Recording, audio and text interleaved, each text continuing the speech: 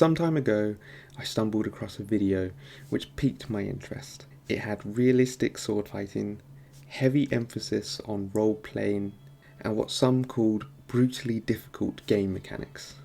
This game was Kingdom Come Deliverance 2, and while I was interested, I didn't pick it up straight away. In fact, I still haven't, and I searched online to determine if I would be missing out by not playing the first game. Would I be doing a disservice to myself?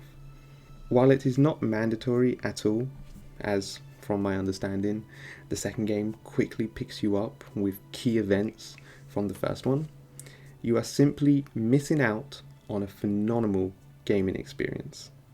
I stepped into Kingdom Come Deliverance with very little knowledge of the game, which in my opinion is always a blessing if you can be afforded that luxury, and proceeded to have the most wild first few hours in a video game that I have had for a long time.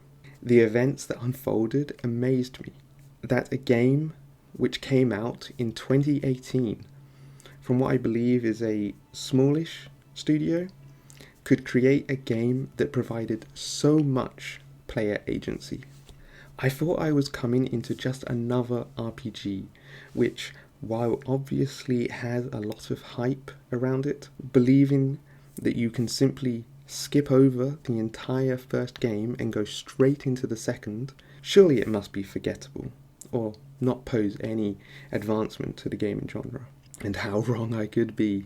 While I went over to collect the debt for my father, I got my ass handed to me. Brutal snap back to reality. So I proceeded to try and steal his weapon, but unfortunately I got caught.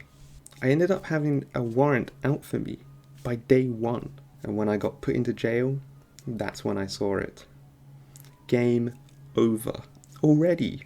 You see, you're not anyone special with Kingdom Come Deliverance, and to be honest, that is a breath of fresh air. I am tired of always being the chosen one, tired of always having powers which rival demigods or trained warriors with only 15 minutes of playtime, tired of always being so overpowered. But Kingdom Come Deliverance doesn't do that. In fact, you're just a peasant, the son of a blacksmith, and let me tell you, you are terrible at everything. The game informs you of your place early on, and you get a strong understanding of the hierarchy at play here. But despite being only a peasant, the story was engaging throughout, and has an extremely strong starting with your hometown Skalitz being raided, and your only hope is to run to the nearest castle of Talmberg. While you are there, you learn more about the game systems. You meet some new characters, which you will form relationships with over the course of the game, and assuming that you didn't fall down some stairs and bleed out while trying to steal the armor to blend in, I definitely didn't do that. Eventually, you are set free onto the world to take the game however you please. While on your travels, you undoubtedly start progressing your stats and skills, which is the first point on the skills that I really appreciate. They are leveled up by actually using them, which for some reason feels really nice. And there is the option to pay for trainers if you find any skill particularly a little tedious, although these are only one level at certain intervals. Carrying on from that, the perks which you can pick up feel extremely beneficial. Nothing is more annoying than finally leveling up and congratulations, it's 1% damage. Just to name a few, my favourite ones were Head Cracker, which has a chance that enemies would just get knocked out upon a blow to their head, or Stealth Kill, which, as the name suggests, allows you to stealth kill.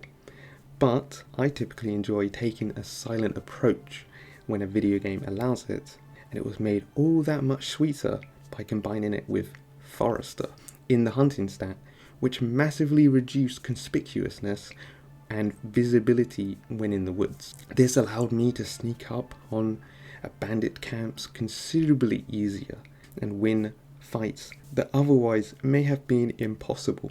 The skills also meld well with the gameplay, requiring to sneak, pickpocket and lockpick for certain quests, Or if you have high charisma or speech, you can possibly get by on some dialogue options that are worth selecting. The way in which you build your character has a notable effect on the world around it. And not just the character build, but if you ensure to dress yourselves appropriately, this will change your success on dialogue options. Or having a reduction for being drunk, as well as a considerable debuff to conspicuousness, which makes you stick out like a sore thumb. The horse riding makes travel that much more enjoyable, especially when you have a top tier horse. And I found myself riding around the map a lot more than I would have expected, considering you can still quick travel to towns. There are also light survival mechanics in the way of gear deterioration, which, albeit, always sounds annoying, but it never really gave me any hassle, not with how abundant the repair tools are. Hunger and energy, however, are a little bit more tedious, although again, not really too much of a bother. And with perks that delay the time between meals or sleeping even further, this was made that much more of an afterthought, and I found that it never really detracted from the game. What was always at the forefront though was the day-night cycle, and the way in which the game keeps moving, with or without you. The game has an abundance of extremely polished and curated side quests, and I hesitate to call some of them side quests, as they produce such impactful quests that they feel that they can stand alone on their own merits, with options now available to you for previously helping someone out with whatever they needed. Oftentimes, there's more than one way to complete a quest, as mentioned before with dialogue options and what kind of approach you like to take. I find the fact that multiple approaches to quests being thought of extremely satisfying, and they even go so far that you can skip quite a big portion of the game at the monk section, you know what part if you've played this, by sneaking in and dealing with the situation. The game feels alive as you are helping citizens, and nothing emphasizes that more than timed quests. Someone will rush up and request your help, inform you of the details, only to mention something in the dialogue, and they can only stick around for a few days, or you better hurry up or else he'll be dead. And they really mean that. Quests will straight up fail if you don't give them the attention they request. This was initially frustrating from a completionist perspective. It was refreshing and just continues to strengthen the realism the game already provides. Now, it's probably time I spoke about the combat. And personally, while I really enjoyed it, if I was a one-on-one that is, or at most 2-on-1, early on you are extremely weak. And while you improve your skills through fighting and becoming decent at combat, fighting multiple enemies at once, even late game, can still get you killed if you happen to get into a loop of being hit. You are terrible with a bow at the start, and without any crosshair it's quite difficult to know where your arrow is going to end up, although late game is somewhat manageable. With melee combat, the perfect guard and master strike system is very rewarding, although I found myself clinching onto it, and especially for my hardcore run, I basically only fought by using master strikes. So what actually is hardcore? Essentially, they take the realism that is already present and knock it up to 11. Travel becomes an activity in and of itself, as you journey across the map using landmarks and the sun to know where you're going. With no fast travel available and considerably less indicators for mapping, you can still use the map itself, but your current location won't appear on it. And this made me learn the map that much quicker. There are some slight adjustments to balance which makes the game a little harder, being perk adjustments, combat and item utility, although they do not make as much of a change compared to the additional debuffs which you can select. 2 of these are selected at the start, although you can select them all if you want to earn the "'Tis but a scratch" achievement, and I mean, why wouldn't you? Although these debuffs will add further challenge, the only one which really impacts gameplay, in my opinion, was the sleepwalking one. Sometimes you'll find yourself in a random location nearby to where you slept, which can be particularly challenging when you're still getting to grips with the map of the game. While I've hopefully persuaded you to play the first game if you haven't played either of the series yet, there are just a few criticisms which I have after my playtime.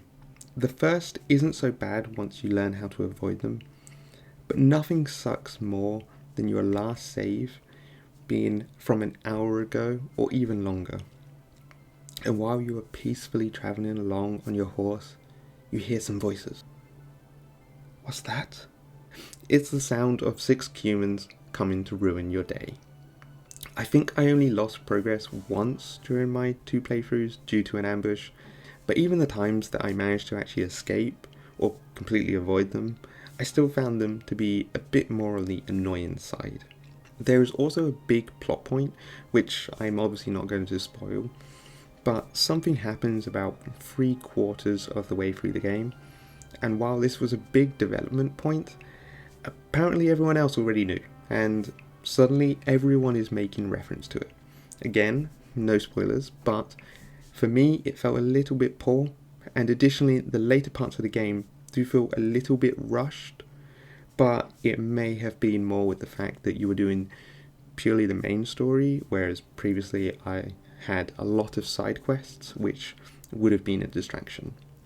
The saving system requires an item called Savior Snaps in order to save, which you can brew or purchase from a vendor, or alternatively you can save at an inn or certain beds, or you can save through save and exit. While this is an interesting gameplay mechanic, the result was that I leaned quite heavily on saving and exiting on several occasions, not to go through my precious supply of Savior Snaps, and then I can use them later. Realistically though, I wouldn't say that they are big enough factor to deteriorate from the gameplay overall, although your mileage may vary and you may have other aspects which I list as a positive lower down on your list. Kingdom Come Deliverance has been an unforgettable game, and I have barely touched on the nuance and vast amount of content, but after all the hours which I have put in, the experience which I have had, whatever you do, do not skip this game.